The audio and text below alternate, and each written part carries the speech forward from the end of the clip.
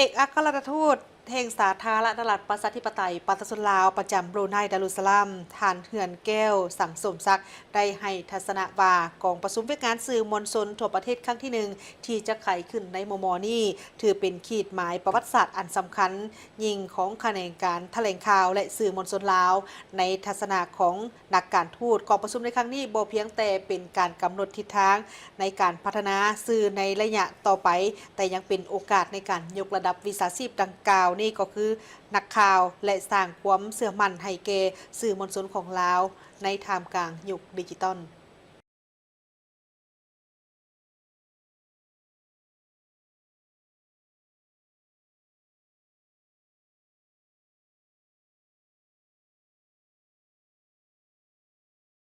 ในนามทัศนะของนักการทูตต่อบทบาทของสื่อมวลชนลาวเฮาโดยรวมการจัดกองประชุมสื่อมวลชนทั่วประเทศครั้งปฐมฤกษ์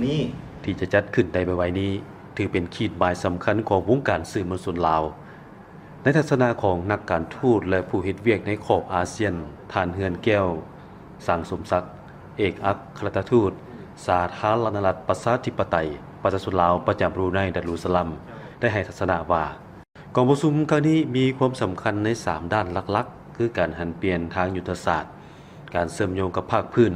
และการสร้างความสามัคคีเป็นเอกภาพซึ่งการหันเปลี่ยนทางยุทธศาสตร์แม่นถือเป็นโอกาสอันดีเลิศในการทบทวนการถอดถอนบทเรียนและวางทิศทางแผนการในต้นหน้าเพื่อยกระดับขีดความสามารถของสื่อมวลชนลาวเฮาให้ก้าวทันกับยุคดิจิทัลหรือว่ายุคโลกาภิวัตน์และการหันเปลี่ยนของโลก2การเชื่อมโยงการภาคพื้นสื่อมวลชนถือเป็นหัวจักแรงในการสร้างความรู้และความเข้าใจเกี่ยวกับประชาคมอาเซียนโดยเฉพาะปัจจุบันอาเซียนเองก็พร้อมจะตั้งปฏิบัติวิสัยทัศน์อาเซียนปี 2025 แน่นอนว่ากองประชุมครั้งนี้จะช่วยเพิ่มทวี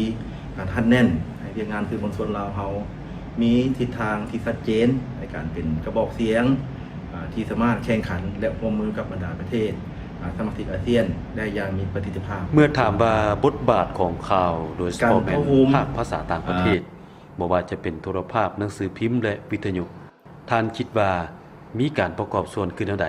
ต่อกับเวียกงานโฆษณาแนวทางนโยบายของพรรคและรัฐบาลสู่สายตาชาวโลก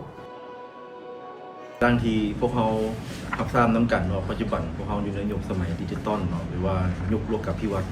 ยุคที่มีการนำใช้ความสะดวกต่างๆผ่านระบบอินเทอร์เน็ตก็คือ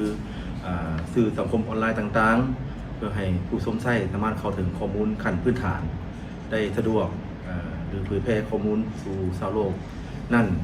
แม่นการนำใช้ภาษาอังกฤษ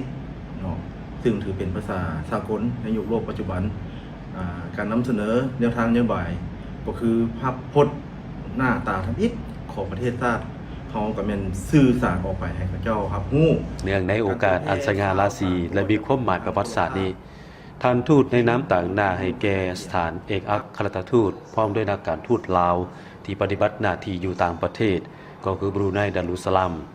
กล่าวความย่องยอซุมเซยถึงไอ้น้องสื่อมวลชนลาวทุก2ทางขอถือโอกาสนี้ฝากความเยี่ยมยามทำข่าวอันอบอุ่นก็คือความยินดีซุมเซยเป็นอย่างยิ่งเป็นอย่างสูงมายังบรรดา